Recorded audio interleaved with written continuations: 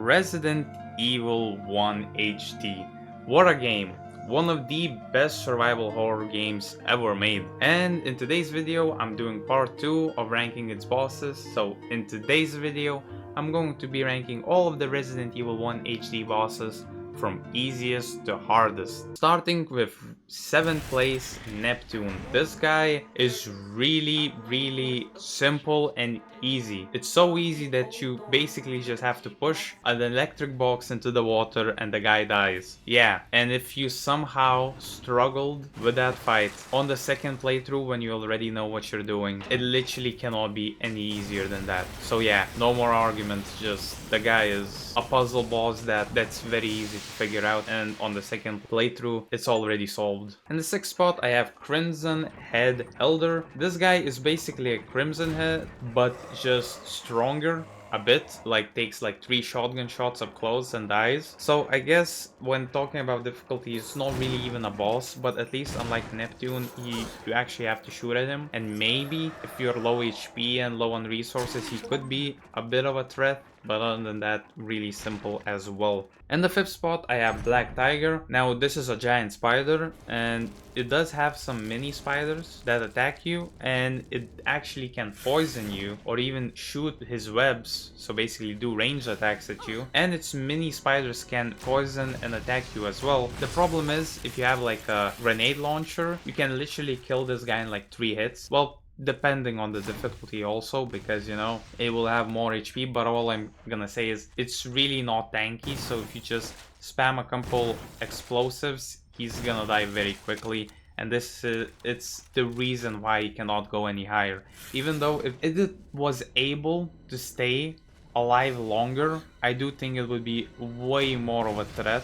But because he cannot stay alive long enough to even do most of the attacks, I just think he's kinda easy. In the 4th spot, I have Lisa Trevor. Lisa Trevor has finally a mechanic that is a bit more interesting and engaging, but I still think it's not that difficult because her mechanic is that she's immortal, and the only way to kill her is basically throw her mother's coffin down the structure so she would jump after it and die herself. At least allegedly die, you know, because I don't know if that's confirmed in the lore that she dies from that. So what you're gonna do is basically use your weapons or your NPC berry, depending on the story, to distract her or stun her, while you, after she's stunned or distracted, you push down these cobblestones or whatever down so the coffin will fall as well. And I think this is a cool mechanic and I like the interaction, but I do think it's not that difficult, especially if you have the NPC berry, because then you're just pushing the cobblestones down, because berry is always distracting. If there isn't no berry, then it's a bit more difficult because you have to use sometimes a bit stronger weaponry, but it's not that hard to stun her either way. So it's more complicated than all the fights below, but it's still not that difficult. In the 3rd spot, I'm gonna have the Tyrant. This maybe is a bit of a hot take, but I think even in the second fight of the Tyrant, I just think he is a bit of a pushover. He doesn't put up that much of a challenge. I think he has some really scary moves, and he's can traverse some spaces really fast with his slashes, but I still think he's a bit too easy to avoid and just make space from and just shoot all the bullets at him, to the point that I just think he just cannot be any higher than top 3 on this list, because his attacks sometimes are so slow that the damage that they deal are not enough to make him scary. And he has like one attack that does a lot and only one attack that really closes the distance fast. So I just think it makes him not as difficult as the bosses higher than him.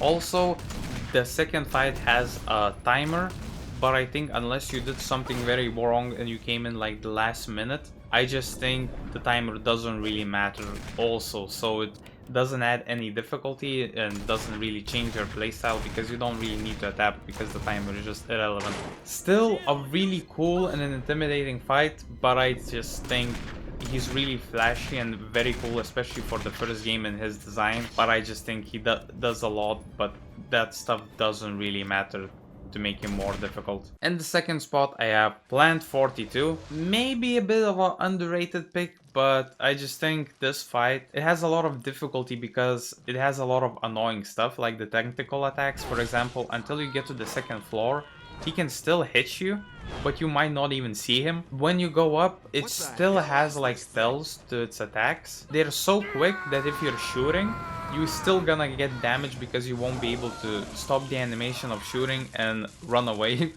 or reposition, which means that you're still gonna get hit. And I just think it has quite a few tentacles.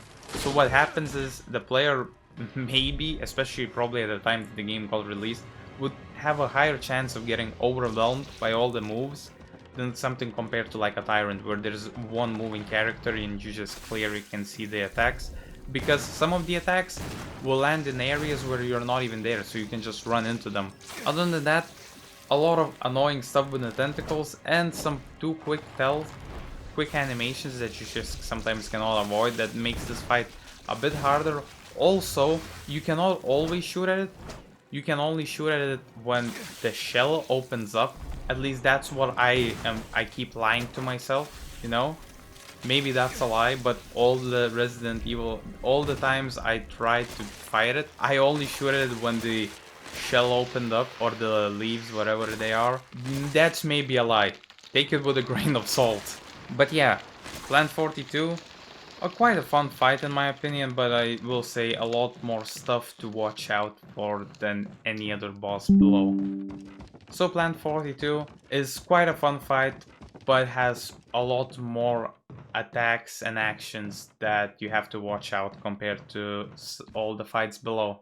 And in the first place I have Yawn, the snake, and I think the biggest reason why is because it can poison you, but unlike the spider, it has a lot of health. So you have to kind of play smart, and because you have a really tight inventory, when you're playing this game for the first time, there is a huge chance that you're gonna jump down into the arena, especially on the second fight, and you will have no blue herbs.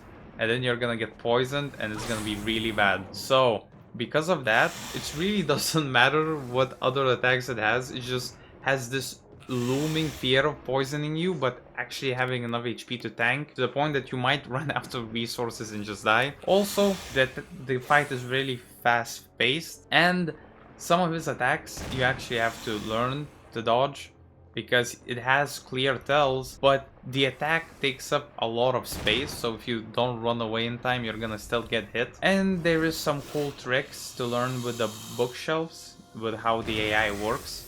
Basically, you can kinda trap it slowly in the bookshelf and then shoot its tail until it escapes the bookshelf.